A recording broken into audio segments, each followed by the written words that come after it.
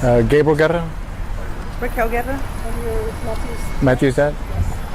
Okay, so tell us about what you are hoping to accomplish. So basically, the DA's office reached out last week, and they let us know that today they'll be making the decision on the death penalty for Chris. So all of us here is various families of Savannah and Matthew, and we're just coming together because we all want the death penalty. He took 3 lives, and we think the least we can do is take his, and that'll bring justice to our family and justice for Matthew and Savannah and Fabian. Do you have any inclination how they may go? Did they tell you anything? No, he just said the reason they were taking so long is because they were gathering evidence to make an informed decision. What is it that you asked from the DA? I mean, I don't know if you've spoken to him or been able to send him any letters or anything. No, we haven't spoken to him, but to be fair and to give us justice, and actually this is more than just Savannah, Matthew, and Fabian. You know, this will be sending a message to anyone that if any pregnant girl gets hurt and loses a child, you know, he can protect further lives and possibly make people think twice before doing something horrible. How frustrating has this process been for you all? Extremely. We're at like 470 something days since they were taken from us. Our family will never be the same. Our family will never be the same. Our holidays will never be the same. Christmas, we're supposed to get together and celebrate opening presents.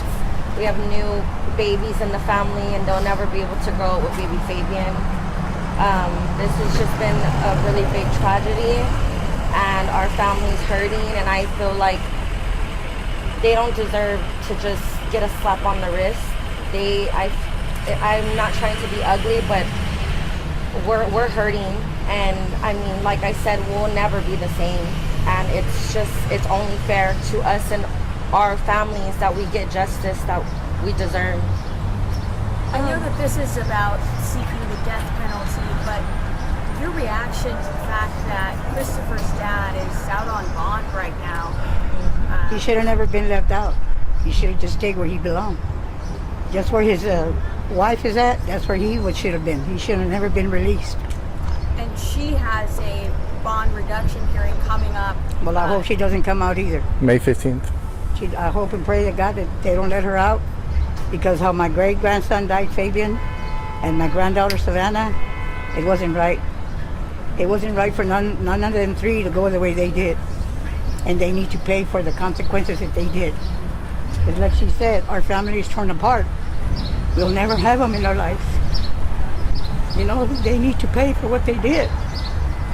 And it wasn't right for them to have given them a bond reduction for him to be out here in the world. It's not right. And it wasn't fair. So we want justice. And we're going to get justice. Pray to God that we get it. That's our main goal here. For us to fight for our loved ones, for Matthew, Savannah, and baby Fabian. This is our goal right here. This is what we have to do. And we're going to continue until we get justice. Yep, that's what we're going to do. We're coming together as families because they took a big part of all of us. So until we get justice, we are going to continue to fight.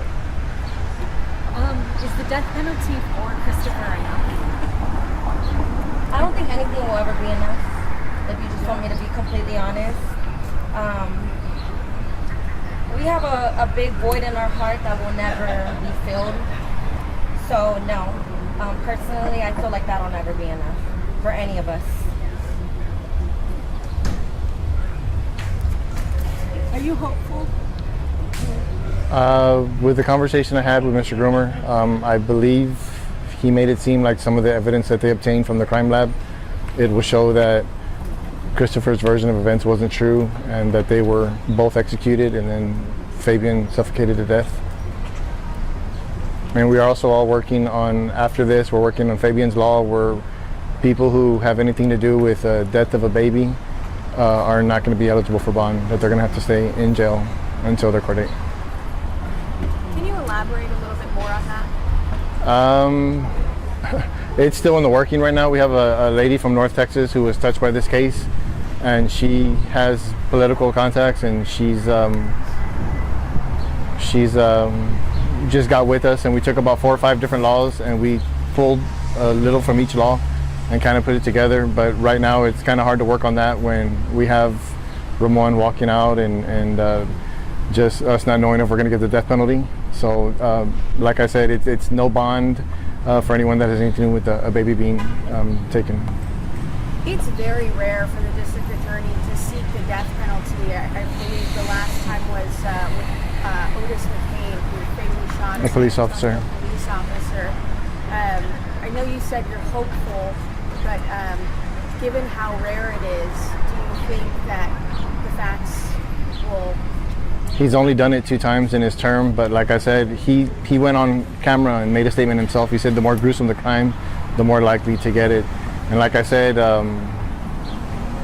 we believe Matthew was shot first, so Savannah more than likely saw that. And Fabian heard the gunshot, and I'm sure Savannah was screaming, and then Savannah, you know, got taken next. It's not even just one life, this is 3 lives Yeah. that was taken. One police officer versus a whole family. You know, a baby that never even got a chance to breathe air. And over what? Over money? Over money. And that was our worry, that he's only 19 and he doesn't have a criminal background, but Fabian was 33 hours away from joining us and would have been Raquel and I's first grandchild. And None of the 3 have shown no remorse whatsoever as well. None of the 3 have no, and they could have done something when the world was looking for them. They could have done something and let us know where they were, but instead they just left everybody searching for them during the holidays and had the audacity to post on their business page for families to have a Merry Christmas and a Happy New Year, knowing the gruesome crime that they had just committed. we didn't sleep, but maybe 10 hours in those 5 days we were looking for them, and they knew where they were the whole time. Yep. And, And they speak up, they didn't say nothing.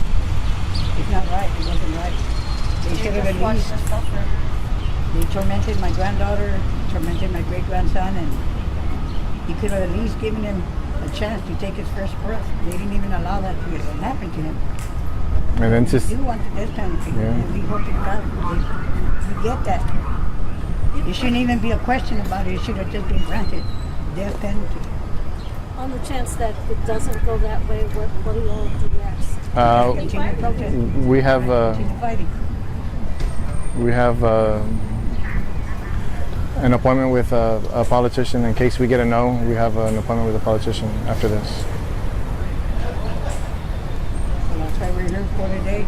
And like I said, to see them on the stand and laughing and joking and referencing what Ramon Preciado referenced sonogram. his procedure as he was needing a sonogram as, you know, a procedure that a pregnant woman gets. He had the nerve to say that, knowing damn well everybody there in the courtroom knew what a sonogram was. That wasn't right. And they play themselves the victims. They play themselves as the victims regarding their health. Well, they should have thought of that before they did this. They didn't think about my granddaughter's health or my great-grandson's health when they were over here crying for theirs. That's not right. It's not right at all. And he shouldn't have been, he should be in jail right now. He should not be out here in the world. Even if he's on whatever he's on in his home, he shouldn't be out here. He should not be out here. They should have never let him out. So we're going to continue fighting as a family for our children. We're going to continue fighting till we get what we need, justice. And we're going to get justice. We need justice in our life. Even though they'll never bring them back, we need justice. We all here need a peace of mind to get through this. It's a hard thing we're dealing with. But they didn't care. They didn't care about her health, Matthew's health, my great-grandson's health. But now he's all worried about his health? That's not right. That wasn't right at all. He should have never been released. What's the biggest thing you want people to know? That he killed 3 people, and if he killed 3 people, why can't we kill his son? That's just... And if they do have the chance to, ever, walk again, I mean, like, for instance, the dad, who knows who's next? Who knows who's the next victim? We need to just spread awareness because, like I said, I mean, there could be other victims in the future, God forbid. You know what I mean? But that's really what our thing is. It's like, once again, we have a void that's never going to be filled. And that's our message, is we're going to continue to fight because as a family, you know what I mean? That's what family does. And that's why we're here. Yeah, this was a mass murder. These people need to set an example.